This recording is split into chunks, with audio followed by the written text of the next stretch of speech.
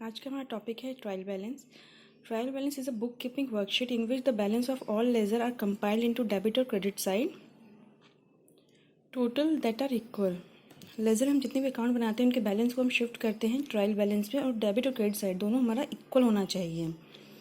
Company जो trial balance बनाती है उसके अंदर डेबिट और क्रेडिट साइड दोनों इक्वल होना चाहिए। सेकेंड है company prepare a trial balance periodically. Company इसे पीरियोडिकली प्रिपेयर करती है।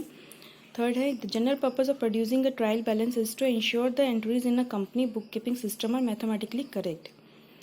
इस ट्रायल बैलेंस का मेन पर्पज़ बनाने का ये होता है कंपनी का कि वो इंश्योर करती है कि जो एंट्री की गई हैं जनरल एंट्रीज लेजर, फिर उसके बाद जो ट्रायल बैलेंस में शिफ्ट होता है वो बैलेंस हो जाता है डेबिट क्रेडिट साइड। इसका मतलब ये होता है कि जो हमने पीछे जितनी भी अकाउंट्स बनाए हैं, एंट्री की हैं, वो सब मैथमेटिकली करेक्ट हैं, सही हैं। How a trial balance works. If the total debit equal the total credit, the trial balance is considered to be balanced, no mathematical error in the ledger. अगर ट्रायल बैलेंस में debit और credit side दोनों equal हो जा रहे हैं तो इसका मतलब ये है कि इसमें कोई मैथमेटिकल एरर नहीं है। लेजर में जितने भी अकाउंट बनाए हैं उनका जो बैलेंस है वो एकदम करेक्ट है, और जो हमने शिफ्ट किया है वहाँ लेजर से ट्रायल बैलेंस में न्यूमेरिकल वैल्यू जो है उसकी बिल्कुल करेक्ट है, तभी डेबिट और क्रेडिट साइड दोनों हमारी इक्वल हुई हैं। It doesn't mean that there are no error in a company accounting error. अगर बिजनेस में ट्रायल बैलेंस का डेबिट क्रेडिट साइड दोनों इक्वल हो जा रहा है तो इसका मतलब ये नहीं है कि कोई गलती नहीं होगी, मतलब कोई भी गलती नहीं हो रही है अकाउंटिंग में।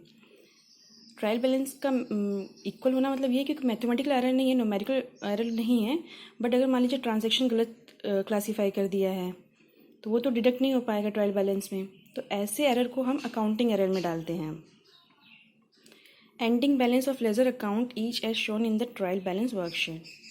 जो लेजर का जो बैलेंस होता है, लेजर में जो अकाउंट बनाते हैं उनका जो बैलेंस होता है उसको हम शिफ्ट करते हैं ट्रायल बैलेंस में।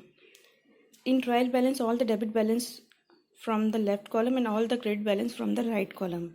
ट्रायल बैलेंस सब जो डेबिट बैलेंस होता है वो लेफ्ट साइड होता है और जो क्रेडिट बैलेंस होता है वो right. Ledger debit balance show then it put on the debit side of trial balance. अगर लेजर में जो अकाउंट बना रहे हैं अगर वो डेबिट साइड बैलेंस आ रहा है तो ट्रायल बैलेंस में डेबिट साइड जाएगा। अगर लेजर में बैलेंस हमारा क्रेडिट साइड आ रहा है तो उसको भी हम ट्रायल बैलेंस में क्रेडिट साइड शिफ्ट करेंगे। Account which show no balance it will not enter in the trial balance. Ledger में जो अकाउंट बना रहे हैं अगर दोनों साइड बैलेंस हो जा रहा है, कहीं बैलेंस नहीं आ रहा, ना डेबिट साइड ना क्रेडिट साइड, तो वो शिफ्ट नहीं होता है ट्रायल बैलेंस में। लेजर में अकाउंट बना रहे हैं अगर बैलेंस आ रहा है तो वही शिफ्ट होगा ट्रायल बैलेंस में।